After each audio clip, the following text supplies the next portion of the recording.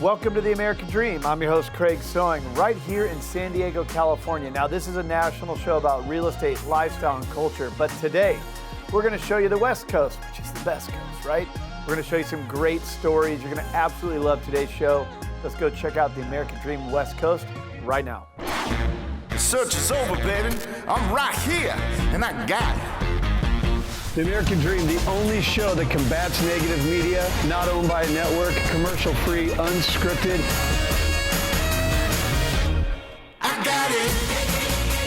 These are stories for you and by you. I got it. I got it.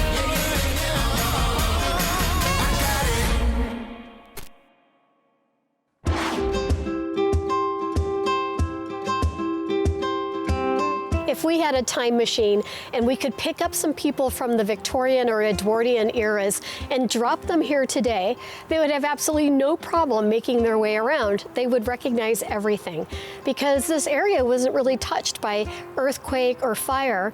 And so it has an old, historic, but small town neighborhood feel. And all of the shops and bodegas are still where they were at the turn of the century. So today we're going to get a sense of the people of the NOPA by visiting some of the shops and bodegas to get a real feel about the NOPA neighborhood. I'm Bonnie Spindler, the Victorian specialist, and I'm here today with the American Dream. So the real name of this bodega is Home Service Market, but we all just call it George's. And this is George. So this family has owned and run this business for how long? 30 years. Yeah. 30 years. So as long as I've lived here. Yeah. A long time. Yeah. So I had no gray hair when I got here. I have no hair. Yeah. You're next. I was still in diapers when I got here. Anyway, so this is part of what makes our neighborhood special. Thank you. We appreciate that. All right. So this is Central Coffee Tea, and we just call it Ali's. Hi. This is Ali. Hello. He's been here 29 years. Another example why NOPA is such a great small town.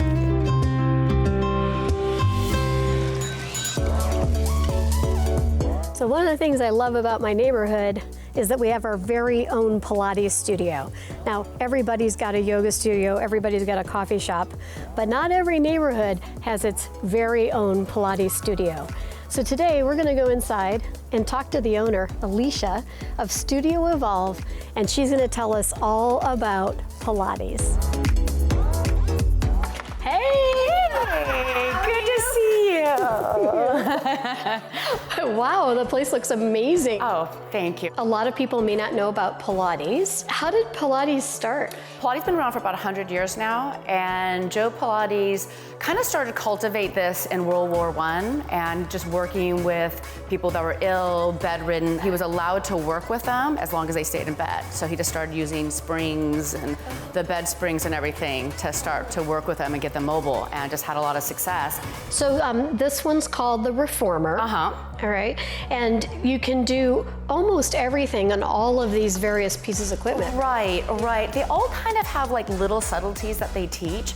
And Joseph Pilates really kind of took from so many modalities. I mean, he was, swimming, martial arts, gymnastics, yoga, and then the machinery that he built was really just to, enhance that movement. Anyone that's done mat Pilates knows it's darn hard. And it's not just a little stretching class. And so some of this stuff on the equipment is gonna be easier, and some of these stuff is gonna be harder.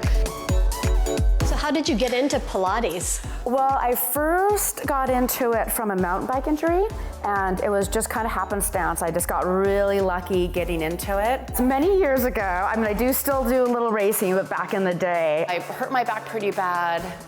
Someone had told me about Pilates. This was 30 years ago, so I was in my 20s, and Pilates just wasn't the common, practice. There wasn't even one in the town that I was in. But I mean, I just pretty much had hearts in my eyes the first time I had my Pilates done. Well, thank you so much for giving us the tour and history of Pilates. Yes. Oh, thank you. You're welcome anytime. As you can see, the Nopa neighborhood is largely Edwardians and Victorians, and it really has the same kind of small town feel as it likely did at the turn of the century.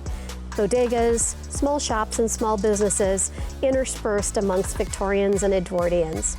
Thank you so much for joining me again for this tour. I'm Bonnie Spindler, the Victorian Specialist, and I'll see you again next month.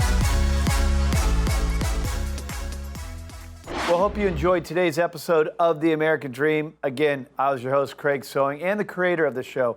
We've had so much fun building this thing. I've traveled all across the country building a real show, not a reality show, about real estate, lifestyle, and culture, featuring positive stories of your marketplaces. I've always said this isn't our show, it's yours. We just get to reflect the cool stories back to you. So thank you so much for those stories. Thank you for following our show, and don't forget to follow us on social media. We'll catch you next time. And of course, cheers to your American dream.